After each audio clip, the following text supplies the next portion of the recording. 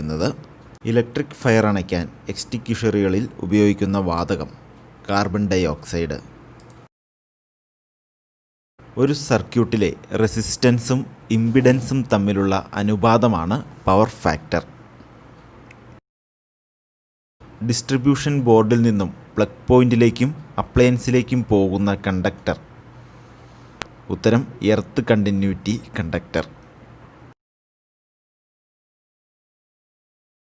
ഒരു ബാറ്ററി വൈദ്യുതോർജ്ജം ശേഖരിക്കുന്നത് രാസോർജ്ജമായിട്ടാണ്. 3 ഫേസ് ട്രാൻസ്ഫോമറിൽ എത്ര വൈൻഡിങ്ങുകളുണ്ട്? 3. തിരമാലയിൽ നിന്നും ഉണ്ടാകുന്ന പവറാണ് ഹൈഡൽ പവർ. സംഭരണികളിൽ വെള്ളം ചൂടാക്കുന്നത് എങ്ങനെ? ഗീസറുകളും സംഭരണ ഹീറ്ററുകളും ഉപയോഗിച്ചാണ്.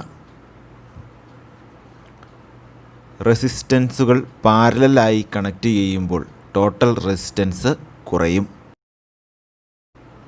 ഒരു ഇലക്ട്രിക്കൽ ഇൻസ്റ്റാളേഷൻ ലോഡ് ചെയ്യും മുന്നേ നടത്തേണ്ട പ്രധാന ടെസ്റ്റ് ഏത്? Earth test. EMFൻ്റെയും പൊട്ടൻഷ്യൽ വ്യത്യാസത്തിൻ്റെയും യൂണിറ്റാണ് വോൾട്ട്. ഒരു സീരീസ് മോട്ടറിൻ്റെ ആർമേച്ചർ വൈൻഡിങ് എക്സൈറ്റ് ചെയ്യുന്നത് എങ്ങനെ? കണ്ടക്റ്റീവായിട്ട്. ഒരു സിംഗിൾ ഫേസ് ഓട്ടോ ട്രാൻസ്ഫോമറിലുള്ള വൈൻഡിങ്ങുകൾ എത്ര? ഒരു വൈൻഡിങ് മാത്രം. ലെഡ് ആസിഡ് ബാറ്ററിയുടെ കാര്യക്ഷമത 90 മുതൽ 95% വരെയാണ്. ബാറ്ററിയിൽ നിന്ന് ലഭിക്കുന്ന കറണ്ട് ഡയറക്റ്റ് കറണ്ട് ആണ്. സെല്ലുകളെ സീരീസായി ബന്ധിപ്പിച്ചാൽ വോൾട്ടേജിൽ വർധനവ് സംഭവിക്കുന്നു.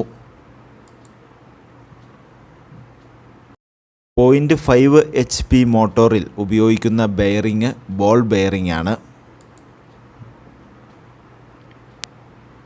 കണ്ടക്ടറിൻ്റെ 2 ബിന്ദുക്കൾക്കിടയിലുള്ള വൈദ്യുത മർദ്ദ വ്യത്യാസമാണ് പൊട്ടൻഷ്യൽ വ്യത്യാസം.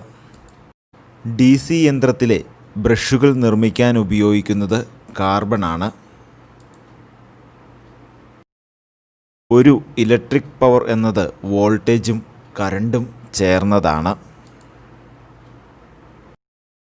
ഒരു കാന്തിക മണ്ഡലത്തിലെ ആകെ കാന്തിക ബലരേഖകളുടെ എണ്ണമാണ് കാന്തിക ഫ്ലക്സ്. സ്വതന്ത്ര ഇലക്ട്രോണുകളുടെ പ്രവാഹത്തിന് ഇലക്ട്രിക് കറണ്ട് എന്ന് പറയുന്നു.